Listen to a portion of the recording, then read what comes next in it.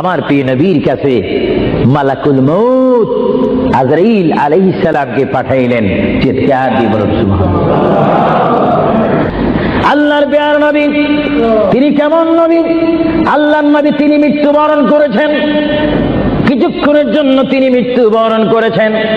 আল্লাহর নবীর ওফাত হয়েছে, তিনি কিছুক্ষণের জন্য আল্লাহর নবীর ওফাত শরীফ হয়েছে। ভাইরা আমার শুনুন, আল্লাহর প্যারা নবীর দরবারে আল্লাহ রাব্বুল আলামিন আজরাইলকে পাঠাইলেন। হে আজরাইল, আমার বন্ধু নবীজির কাছে তুমি চলে যাও। আমার বন্ধুর কাছে যাবে তুমি মানুষের সূরতে। সুবহানাল্লাহ বলেন, আরো জোরে বলেন, কিসের সূরতে? আপনারা বলেন আজরাইল কি মানুষ না ফেরেশতা? আরো জোরে বলেন কি? এখন মানুষের সূরত ধরার কারণে কি সব সময় মানুষ বলবেন নাকি? মানুষ বলা যাবে না। আল্লাহ বলে আজরাইল মালাকুল মউত আমার বন্ধুর কাছে তুমি চলে যাও। এমন বন্ধুর কাছে আমি তোমাকে পাঠাচ্ছি যে বন্ধুকে আমি তৈরি না করলে লাউলা কালামা খালাকুতুল আফলাক। আজরাইল তোমার জানা উচিত যেই বন্ধুকে আমি সৃষ্টি না করলে তুমি আজরাইলকে, জিবরাইলকে, মিকাইলকে, ইসরাফিলকে, আসমানি ফেরেশতা, জমিনি ফেরেশতাদেরকে আটকানা ব্যস্ত সাতখানা দুজককে আমি সৃষ্টি করতাম না, সামা তৈরি করতাম না, আসমান তৈরি করতাম না, আরদ জমিন তৈরি করতাম না, ফুলসরাত বানাইতাম না যে নবীকে আমি সৃষ্টি না করলে। এমন একজন নবীর কাছে আমি তোমাকে পাঠাচ্ছি, তুমি সুন্দর করে আদব সহকারে আমার বন্ধুর কাছে চলে যাও এবং যাওয়া মাত্র তুমি তোমার সালাম আমার বন্ধুর কাছে রাখবে এবং আমি আল্লাহর সালাম তো পৌঁছাই দিবে। জোরে বলেন সুবহানাল্লাহ, বলেন আল্লাহু আকবার। নবীকে সালাম দিচ্ছেন কে? আরো জোরে বলুন না কে? আল্লাহ যদি দিতে পারেন বন্ধুর সালাম বন্ধুকে, আমরা সেই নবীকে সালাম দিতে চাই কি চাই না? নবীকে সালাম দিবেন এইভাবে, দোস্ত কেমন আছিস, এইভাবে নাকি? আদব সহকারে। আনন্দিত শ্রেষ্ঠতম স্পিকার যিনি হচ্ছেন মুআল্লিমুল মালায়েকা, যিনি বর্তমান স্টেজে রয়েছেন, মিস্টার ইবলিস শয়তান 6.5 লক্ষ বছর ইবাদত করেছে। রাসূলুল্লাহর নূর মুবারক অস্বীকার করার কারণে সঙ্গে সঙ্গে আমার আল্লাহ ফতোয়া দিয়েছেন আবা ওয়াস্তাগবারা ওয়া কানা মিনাল কাফিরিন। আল্লাহ রাব্বুল আলামিন বলেন, ইবলিস তুমি যে অনেক ইবাদত করেছো, শুধুমাত্র বন্ধুর শানে বেয়াদবি করার কারণে আমি তোমার 6.5 লক্ষ বছরের ইবাদতকে রুইয়ের মতো, তুলার মতো জ্বালিয়ে আমি তোমাদেরকে কাফিরুল কুফার বানিয়ে দিলাম। কারণ আমি আমার নবীর শানে যদি কেউ বেয়াদবি করে সেটা আমি আল্লাহ বরদাস্ত করি না। চিৎকার দিয়ে বলেন সুবহানাল্লাহ, আরো জোরে বলেন না সুবহানাল্লাহ। কি বলতেছিলাম ভাইয়েরা আমার? আল্লাহর প্রিয় নবী, দু জাহানের বাদশা নবী মুহাম্মদুর রাসূলুল্লাহর দরবারে আজরাইল আলাইহিস সালাম আসলেন। এবার আজরাইল এসে সালাম দিচ্ছে। আমার ভাইয়েরা বলুন আসসালাতু ওয়াসসালামু আলাইকা ইয়া রাসূলুল্লাহ। সবাই জোরে বলেন মুহাব্বতে। ফেরেশতারা ক্যাসেট করতেছে, এই সালামের আওয়াজ অবিশ্বয় নিজ কানে হাসরের ময়দানে শুনতে পারবেন। চিৎকার দিয়ে বলেন সুবহানাল্লাহ। আমার বুড়ো বুড়ো বাবারা, আমার যুবক ভাইয়েরা, আমার জ্ঞানী গুণী ভাইয়েরা, শিক্ষিত ভাইয়েরা, মা বোনেরা, সবাই বলুন আসসালাতু ওয়াসসালামু আলাইকা ইয়া রাসূলুল্লাহ, আসসালাতু ওয়াসসালামু আলাইকা ইয়া হাবিবাল্লাহ। আজরাইল আমার নবীর ঘরের দরজার মধ্যে যখন আসলো, আমার নবীর কাছে যখন চলে আসলো, আজরাইল যখন সালাম দিচ্ছে, বিশ্বের শ্রেষ্ঠ মহিলা, জান্নাতের কোটি কোটি কোটি কোটি নারী সমাজের সরদার হযরত ইমাম হুসাইন ও হাসাইনের মা, বিশ্বের শ্রেষ্ঠ নারী মা ফাতেমা ওই মুহূর্তে ঘরের মধ্যে তিনি উপস্থিত ছিলেন। জোরে বলেন সুবহানাল্লাহ। কে দরজার মধ্যে? কে যেন দরজা নাড়ালো, দরজার মধ্যে যেন কে শব্দ করলো। মা ফাতেমা কিছুক্ষণ পরে দরজার ভিতর থেকে, ঘর থেকে আল্লাহর নবীর সামনে তিনি বসান। মা ফাতেমা হঠাৎ করে ডাক দিলেন, কে ঘরের দরজার মধ্যে দরজা নাড়াচাড়া করতেছেন? কে আপনি? কে মানান? বাইর থেকে জবাব দিচ্ছি, আনা মালাকুল মউত, আনা আজরাইল। এই কথা বলার পরে মা ফাতেমা চোখের পানি ছেড়ে দিলেন। মা ফাতেমা চিৎকার দিয়ে বললেন, ইয়া রাসূলুল্লাহ, ইয়া হাবিবাল্লাহ, আমার জীবনে আমি এমন কোন মানুষ দেখিনি, দরজা খোলার পর আমি দেখলাম তার পাওটা হচ্ছে জমিনে আর তার মাথা দেখা যাচ্ছে আসমানে। ইয়া রাসূলুল্লাহ, এমন একটি ভয়ঙ্কর মানুষ আমার জীবনে আমি দেখিনি। আল্লাহর নবী চক্ষু মোবারকের পানি মোবারক ছেড়ে বলে, মা, ও মা, তুমি দেরি করো না, দরজা খুলে দাও, আল্লাহর মেহমান আমার দরবারে এসেছে, মেহমানকে বসতে জায়গা দাও।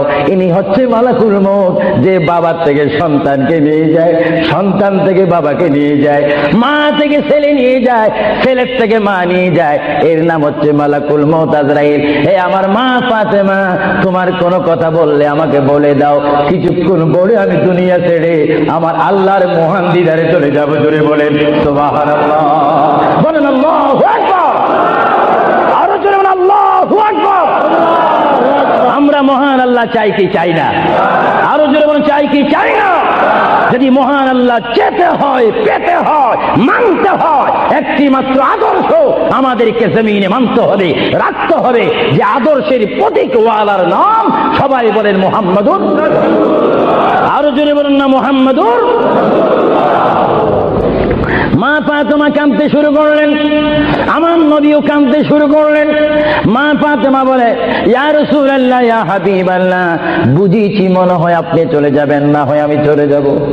আল্লাহর প্যার নবী কাঁদতে কাঁদতে বলে, ফাতেমা, আমি চলে যাব, আমার নবুয়তের দায়িত্ব, আমার উপরে যা দায়িত্ব ছিল আমি সব দায়িত্ব কমপ্লিট করেছি। হ্যাঁ ফাতেমা, শুধু আমি বিশ্ববাসীর জন্য নবী নয়, বিশ্ববাসীর জন্য আমি শুধু রহমত নয়, কবরের মধ্যে যারা অবস্থান করেছে তাদের জন্য আমি পয়গাম্বার। আমার দায়িত্ব যেমন দুনিয়াওয়ালাদের জন্য রয়েছে, তেমন কবরের মধ্যে যারা গিয়েছে তাদের জন্য রয়েছে। আজকে আমি যদিও দুনিয়া থেকে চলে যাই, কবরের মধ্যে কোটি কোটি উম্মত রয়েছে, তাদের জন্য আজকে আনন্দের দিন। জোরে বলেন সুবহানাল্লাহ, আরো জোরে বলেন সুবহানাল্লাহ। আমার নবী যেমন দুনিয়ার নবী, তিনি তেমন আখিরাতেরও নবী।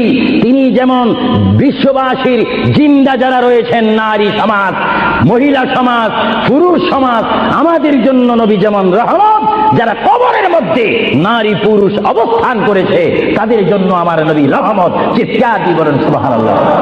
এই জন্য আমার আল্লাহ রাব্বুল আলামিন বলেন, 3,24,000 পয়গম্বর আদম থেকে শুরু করে ঈসা নবী পর্যন্ত কোন নবীর শানে আমি যে আয়াত ফিট করিনি, আমার আল্লাহ বলেন এই ধরনের আয়াত শুধু আমার নবীকে আমি দান করেছি। এই জন্য আমার আল্লাহ বলেন, আমার ভাইয়েরা বলুন, মা বোনেরা বলুন, বিসমিল্লাহির রহমানির রহিম, ওয়া মা আরসালনাকা ইল্লা রাহমাতান লিল আলামিন।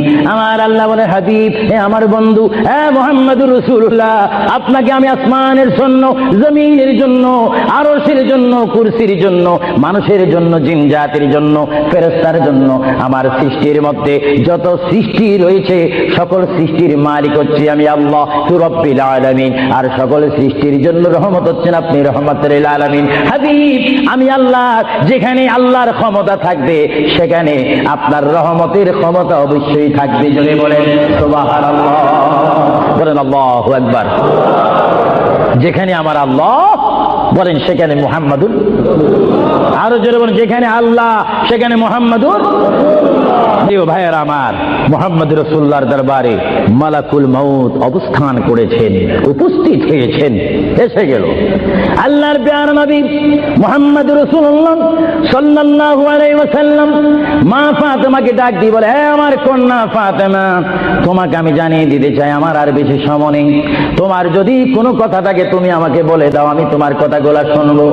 মা ফাতেমা ইয়া রাসূলুল্লাহ বলে একটা চিৎকার মেরে ঘর থেকে বাইর হয়ে মসজিদে নববীর সামনে চলে গেল।